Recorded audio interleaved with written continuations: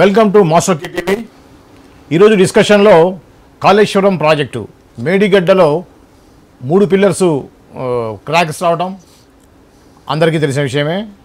దీనికి గాను కాంగ్రెస్ ప్రభుత్వం కాళేశ్వరం కమిటీ అని ఒక కమిటీని వేశారు.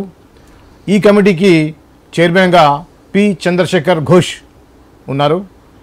వారు నిన్న వారి పనులు ప్రారంభించారు. సో పదే కేసీఆర్ గారు ముఖ్యమంత్రిగా ఉన్నప్పుడు నా యొక్క మానస పుత్రిగా నేను ఎంతో మేధోమథనం చేసి ఈ ప్రాజెక్ట్ని డిజైన్ చేయడం జరిగింది అని చెప్పారు. ఈ క్రమంలో దీని మీద జరిగినటువంటి అక్రమాలు కానివ్వండి, దీనిలో జరిగినటువంటి ఏదైతే కుంగిపోయిందో దానికి కానీ ఈ విచారణ కమిటీ ఏం చేయబోతుంది ఏమిటి అనే విషయాన్ని దాసరి విజ్ఞాన్ గారితో మాట్లాడి తెలుసుకుందాం. విజ్ఞాన్ గారు నమస్తే అండి. నమస్తే అండి.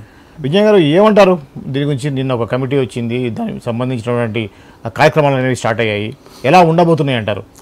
26, 27 అంటే ఈరోజు రేపు ఈ 2 రోజులు ఈ కమిటీ నీటిపారుదల శాఖలో తన కేటాయించిన కార్యాలయానికి తన కేటాయించినటువంటి ఆఫీస్కి పెద్ద ఆయన రానే వచ్చాడు. పిసి ఘోష్, పినాకి చంద్ర ఘోష్. ఈయన ఎవరంటే రిటైర్డ్ జస్టిస్. సో ఆయన నియమించి మీరు మీకు అనుసరణలో ఈ ప్రాజెక్ట్లో ఏమేమి జరిగాయో A to Z చూడండి, మీకు కావాల్సిన టీంని మేము ఇస్తాం అని చెప్పేసి వారిని పిలిచారు. ఉత్తమ్ కుమార్ రెడ్డి గారు కూడా ఆయన్ని స్వాగతం పలికి ఆయన పొజిషన్ ఆయనకి ఇచ్చారు.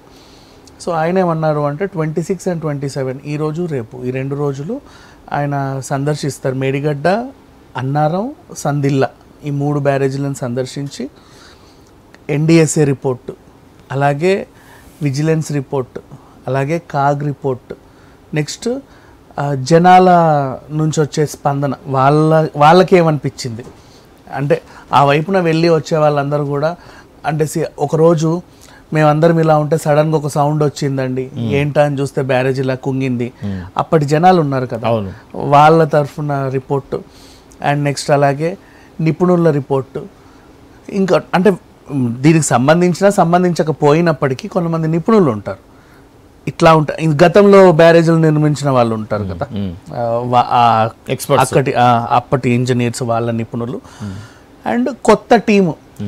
ఇప్పుడు లైక్ సడన్గా మీరు ఏదైనా ప్రాజెక్ట్ ఏదైనా కంపెనీకి ఇస్తే, ఇప్పుడు బరాజు కట్టడానికి చాలామంది టెండర్లు వేస్తారు, మేమని. లాస్ట్కి ఎల్ఎన్టీకి వెళ్ళింది. ఎల్ఎన్టీ కాకుండా ఇంకా ABC XYZ కంపెనీలు ఉంటాయి కదా, అక్కడ కూడా నిష్ణాతులైన మన వీళ్ళు ఉంటారు, ఇంజనీర్లు ఉంటారు, సివిల్ ఇంజనీర్లు. వాళ్ళని కూడా పిలిచి వాళ్ళ ఐడియాలు కూడా తీసుకొని అసలు ఏం జరుగుంటుంది ఏంటిది. సో ఓవరాల్గా ఇవన్నీ ఒక ఫైల్ క్రియేట్ చేసి ఆ తర్వాత వీళ్ళు ముందుకెళ్ళాలి, విచారణ కొనసాగిస్తారు. ఇకపోతే విచారణలో భాగంగా రాజకీయ ప్రముఖులున్నా, ఏమైనా అధికారులున్నా, కంపెనీ తరఫున ఎవరైనా సరే వాళ్ళకి నోటీసులు ఇస్తారు, అరెస్టులు చేస్తారు. దీంట్లో మాత్రం పూర్తిగా మాకు సహకరించాలి అని చెప్పేసి ఆయన కోరుతున్నాడు. అండ్ ఆయన ఏమన్నాడంటే నేను ఇంజనీర్ని కాదు, మొన్న కేసీఆర్ చెప్పినట్టే, నేను ఇంజనీర్ని కాదు, ఇంజనీర్ పెట్టి చేయించాను అని. స్వతహాగా నేను ఇంజనీర్ని కాదు, నేను మొహాలు చూసి నేనేం విచారించను. ఆయన సీఎం అయినా PM అయినా ఎవరైనా నాకు అనవసరం. నా ముందు ఒక బరాజ్ ఉంది, దీనికి ఇంత కోట్లు ఖర్చు పెట్టారు, ఇంత డ్యూరేషన్లో ఇది కుంగింది, దీన్ని రిపేర్ చేయాలంటే మళ్ళీ 400-500 కోట్లు, లేకపోతే ఇంకా అంతకు మించి ఎక్కువ. ఈయనేదో ఎస్టిమేషన్ వేసాడు మొన్న, ఆయన అంతే జస్ట్ రఫ్గా చెప్పాడు. కానీ ఒరిజినల్గా చూస్తారు 600 అవ్వచ్చు, 700 అవ్వచ్చు, పోనీ 300 అవ్వచ్చు, చెప్పలేము. ఆ పర్ఫెక్ట్ అది ఎంత అవుతుంది, ఆ రిపేర్కి ఎంత అవ్వాలి, ఇవన్నీ కూడా ఆయన ఒక మంచి ఫైల్ రిపోర్ట్ అనేది ఇస్తాడు అనమాట. సో ఈ రోజు నుంచి స్టార్ట్ అయింది. మరి వీళ్ళు మాత్రం నన్ను అడిగితే కొంచెం స్ట్రిక్ట్గానే ఉందని చెప్పుకోవచ్చు. కేసీఆర్ మెడకు ఉచ్చు బిగించుకున్నాడు. ఈయన ఏం చేస్తున్నాడు, చక్కగా పింక్ బస్ వేసుకొని రోడ్డు ఎక్కి చేతి రూపుకుంటూ తిరుగుతున్నాడు, రేపు ఎలక్షన్లు ఉన్నాయి కాబట్టి. కానీ ఇక్కడ వీళ్ళు మాత్రం అంతే వేగంగా పనిచేస్తున్నారు. నన్ను అడిగితే ఈరోజో రేపో అంటే రానున్న కొన్ని రోజుల్లో కేసీఆర్కి గట్టిగా నోటీసులు వెళ్ళే అవకాశం అయితే ఉంది. ఆయన ఎందుకంటే ఒక బాధ్యతాయుతమైన ముఖ్యమంత్రి, బాధ్యతమైన మాజీ ముఖ్యమంత్రి మాట్లాడాల్సిన మాటలు అవి కాదు. ఏముంది నా ప్రభుత్వం పోతే ఏమైంది, మా 2 పిల్లర్లే కదా, ఇది ఇట్లా ఉంటుంది మొత్తం ఎక్స్ప్లెయిన్ చేశాడు కదా. పాటలు ఉంటది, ఈ పార్ట్కే డ్యామేజ్ అయింది, మొత్తం బ్యారేజ్కి ఏం ప్రాబ్లం కాల, చిన్నదే కదా తొక్కలోది, మహా అయితే 400 కోట్లు 500 కోట్లు ఇట్లా పడేసి వాళ్ళు రిపేర్ చేయించలేరా, వాళ్ళు చేయకపోతే చెప్పు, నేనే ఒక 500 మందిని తీసుకెళ్లి తొక్కుకుంటూ వెళ్ళి దాన్ని రిపేర్ చేస్తా అని చెప్పాడు కదా. చేయమను, వాట్ ఎవర్, 500-400 కోట్లే కదా. ఈయన దోచుకున్న దాంట్లో ఎంత మహా అయితే పీనట్. అసలు ఇంకోటి దీంట్లో ఈయన 4 ఖర్చుకున్నాడు యాక్చువల్గా చెప్పాలి అంటే. ఇప్పుడు ఈ సందర్భం వచ్చింది కాబట్టి మాట్లాడుతున్నాము. దీని గురించి మొన్న ఆయన ఇంటర్వ్యూలో ఏముంది 400-500 కోట్లు పెడితే అవ్వదు అంటే, నీకు 400-500 crores చాలా పీనట్స్ గా మాట్లాడుతున్నావు అంటే నువ్వు ఎంత దోచుకున్నావో అంతే కదా. సింపుల్ గా ఇవాళ రేపు 500 జేబుల్లో లేవా అన్నట్టు మాట్లాడుతున్నారు. 500 కోట్లు ని చాలా సింపుల్ గా, అంటే ఇప్పుడు ఫర్ ఎగ్జాంపుల్ ఒక లిక్కర్ స్కామ్ 100 కోట్లనే 100 కోట్లు అనేలాగా వాళ్ళు డిజైన్ చేసి చూపిస్తున్నారు. అంటే అంత ఆ బరువు అలా చూపిస్తున్నారు, దానికి అంత వాల్యూ ఉందని. ఈయన జస్ట్ 400-500 కోట్లని ఇట్లా అన్నాడు. సో సైకలాజికల్ గా దొరికిపోయాడు యాక్చువల్లీ చెప్పాలి అంటే. అంటే ఎంత దోచుకున్నాడు ఆయనకు అది చాలా సింపుల్ గా అనిపించింది. అయితే ఈ సందర్భంగా మనం ఎక్కువ మంది ఎవరైతే బీఆర్ఎస్ అభిమానులు వాళ్ళు ఉన్నారో వాళ్ళు ఏమంటున్నారంటే, ఆల్రెడీ కాళేశ్వరం అయిపోయిన తర్వాత సెంట్రల్ నుంచి వాటర్ బోర్డు సంబంధించిన చైర్మన్ ఒక ఆయన వచ్చారు, అతని పేరు ఏదో ఉద్దేశం, అతను వచ్చినప్పుడు వీడియో కూడా చూపించారు మొన్న లైవ్లో. అతను మాట్లాడింది ఏది ఉందో, ఇది ఒక అద్భుతంగా చేశారు అని చెప్పేసి, అద్భుతమైన 2018లో కదా అన్నాడు, 2018లో కదా ఆయన అన్నాడు, 2018-19లో అన్నాడు. అప్పుడు కింద డేట్ కూడా వేశారు కదా. అవును, ఆ రోజు ఆ ఇంటర్వ్యూలో భాగంగానే మనకు వచ్చింది ఆ వీడియో. అవును, సూపర్ అద్భుతం, ఇంత అద్భుతమైన కట్టడం నేను ఎక్కడా చూడలేదు, ప్రపంచంలో 8వ వింత ఇది, అసలు మన దేశంలో ఉండడం నాకే గర్వకారంగా ఉంది, నేను దీన్ని చూడడం నా అదృష్టంగా భావిస్తున్నా అన్నట్టుగా ఏదో చెప్పుకొచ్చాడు. అదంతా ఫేక్ చెప్పాలి అంటే, ఆయన చేత చెప్పించుకున్నారు. లేదా మేబీ ఆయన కూడా ఒక భ్రమలో ఉండొచ్చు. వీళ్ళు ఎక్స్ప్లెయిన్ చేసిన ఎక్స్ప్లెనేషన్ కి, వీళ్ళు చూపించిన ప్రెజెంటేషన్ కి, మనకు కూడా ఆ రోజు చెప్పాడు కదా, తెలంగాణలో నీళ్లు ఇట్లు ఉంటాయి, కొన్ని ఇట్లు ఉంటాయి, కొన్ని ఇట్లు ఉంటాయి, ఇక్కడ నుంచి మేము అట్లా తీసుకెళ్లాము, గ్రావిటీ ద్వారా అట్లా వెళ్తాయి, ఇట్లా వెళ్తాయి, ఇది నిండుద్ది అని చెప్పాడు. అది నిజంగా అంటే అసలు ఏమాత్రం నాలెడ్జ్ లేని మామూలుగా, అంటే రోజువారి కూలీలు ఆ వైన్ షాప్ లో మందు కొరత చూసే వాళ్ళు ఉంటారు కదా, నిజమేరా ఎంత చేసిండో అన్నట్లే లేదు, అలాగే ఉంది కదా. ఎంత నాలెడ్జ్ ఉంది ఆయన చెప్పడం కూడా బాగా చెప్పాడు. అంటే ఆ మాటలతో ఇది చేయడం ఆయనకు బాగా పెట్టిన డిస్క్రిప్షన్. అసలు ఆ బ్యారేజ్ లో ఇలా ఉంటది, శ్రీశైలం ప్రాజెక్ట్ ఇట్లుంటది, నాగార్జున సాగర్ ఇట్లుంటది, అక్కడ నుంచి నీళ్లు సగం ఇట్లా చేస్తే ఇట్లా వస్తుందని ఏదో కళ్ళకు కట్టినట్టు ఒక బాహుబలి సినిమా చూపించాడు.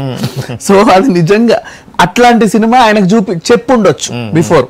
అదంతా చెప్పి ఒక్కసారిగా సరే చూడండి అది అని చెప్పగానే వావ్ అంటారు కదా చాలా మంది, ఆ మోడ్ లో కూడా అని ఉండొచ్చు, చెప్పలేము. ఇంకోటి ఇప్పుడు ఈ జస్టిస్ ఎవరైతే ఉన్నారో పిసి ఘోష్ గారు ఒక మాట అన్నారు, నేను మనుషుల మొహాలను చూసి నేను చెప్పను అనే దాన్ని మనం ఏ విధంగా తీసుకోవచ్చు?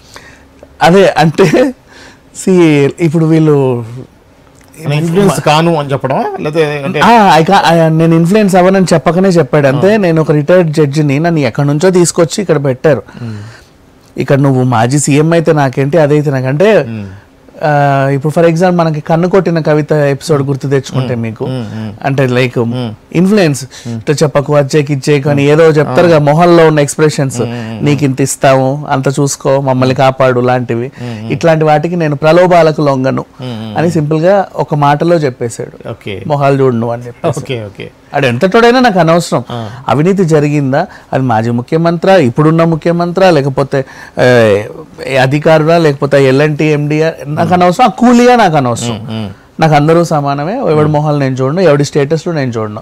తప్పు జరిగిందంటే వాడికి నోటీస్ పంపిస్తా, విచారణ జరిపిస్తే అరెస్ట్ చేస్తాం, అందులో ఉన్న తప్పులు ఒప్పులు ఏంటో మేము చూస్తాం, ఇది వాళ్ళు చెప్పింది. అండ్ ఇకపోతే జనాలకు ఉన్న ఒక డౌట్ మనం క్లారిఫై చేయాలి.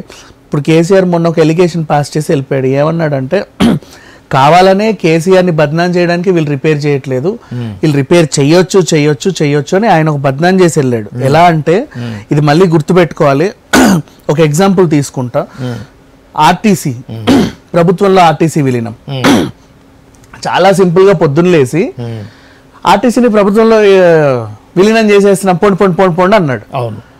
అక్కడేమో తమిళసైకి అసలు నువ్వు ఆమె అడిగిన 5 క్వశ్చన్లకి నీ దగ్గర ఆన్సర్ లేదు. ఆన్సర్ లేకపోతే ఆవిడ స్టే విధించింది, ఇంక సంతకం పెట్టాల. ఆమె సంతకం పెట్టనందుకు వీళ్ళందరినీ ఎగదోపు అక్కడికి పంపాడు. నేను విలీనం చేయడానికి నేను సంతకం చేశా, ఆమెనే ఆపుతుంది, పోయి గొడవ చేయండి, వాళ్ళందరూ రాజ్భవన్కి వెళ్ళి గొడవ చేశారు. నీకు అర్థమవుతుందా? సేమ్ స్ట్రాటజీ ఇక్కడ ఉపయోగించాడు. నా మీద బద్నాంతో మీకు రిపేర్ చేయట్లేదు, మీరందరూ అక్కడ కూర్చోండి, ఎందుకు రిపేర్ చేయట్లేదు అడగండి అని. అంటే దానికి కాన్సిక్వెన్సెస్ అంటే బేసిక్ సెన్సెస్ ఏం ఉండవు. ఇప్పుడు ఆర్టీసీ విలీనం మళ్ళీ టాపిక్ వచ్చింది కాబట్టి చెప్తున్నా. ఆర్టీసీ విలీనం ఏంటి, ఆవిడ అడిగిన క్వశ్చన్స్ ఏంటి, ఇప్పుడు ఎలాంటి ప్రభుత్వ ఉద్యోగ ఎగ్జామ్స్ రాస్తే వీడికి ఆర్టీసీ పోస్ట్ వస్తుంది, ఆర్టీసీ నువ్వు వీళ్ళకి కూడా మిగతా ప్రభుత్వ ఉద్యోగుల్లాగా RTC quarters, RTC school, RTC college, RTC hospitals ఇవన్నీ ఉంటాయా, ఇట్లాంటి బేసిక్ క్వశ్చన్స్ అడిగింది. మిగతా గవర్నమెంట్ ఎంప్లాయీస్ కి ఉండేటివన్నీ వీళ్ళకు ఉంటాయా, వాళ్ళకి వర్తించినట్టే అన్ని పెన్షన్లు గిన్షన్లు అన్ని వీళ్ళకి కూడా ఉంటాయా, వీళ్ళ రిటైర్మెంట్ ఏంటి, అదేంటి ఇదేంటి, ఇవన్నీ ఆవిడ అడిగింది. అండ్ నెక్స్ట్ ఇంకా అన్నిటికంటే మెయిన్, నువ్వు విలీనం చేసేసావు, విలీనం కాకముందు ఆర్టీసీకి ఎన్ని వందల కోట్ల అప్పు ఉంది, ఇప్పుడు విలీనం చేస్తే ప్రభుత్వం అది మాఫీ చేయాలా, భరించాలా, లేకపోతే ఏం చేయాలి, ఇట్లాంటి మెయిన్ ఇంపార్టెంట్ క్వశ్చన్స్ అని అడిగితే ఈయన దానికి ఆన్సర్ చెప్పక మేము విలీనం చేసేసినాం, ఆవిడే అడ్డుకుంటుంది, పోయి గొడవ చేయండి అని రెచ్చగొట్టి పంపాడు ఆర్టీసీ ఎంప్లాయీస్ ని.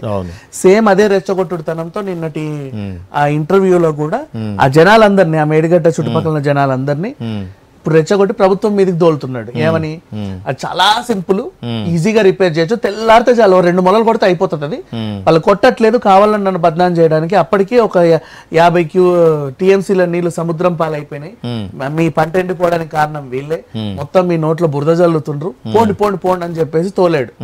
ఇది ఆయనకున్న మనుషులను రెచ్చగొట్టి తోలడం ఈయనకు బాగా వెన్నటో పెట్టిన విద్య. సో అది ఎవరు జనాలు నమ్మాల్సిన అవసరం లేదు. నిజంగా అక్కడ ఏదో అవకతవకలు జరిగింది, అందుకే గవర్నమెంట్ చాలా సీరియస్ గా ఉంది.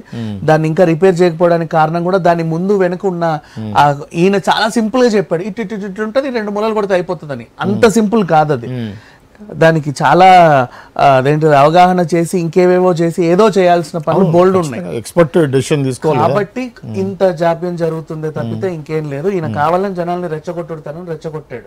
ఇది కూడా జనాలు అర్థం చేసుకోవాలి.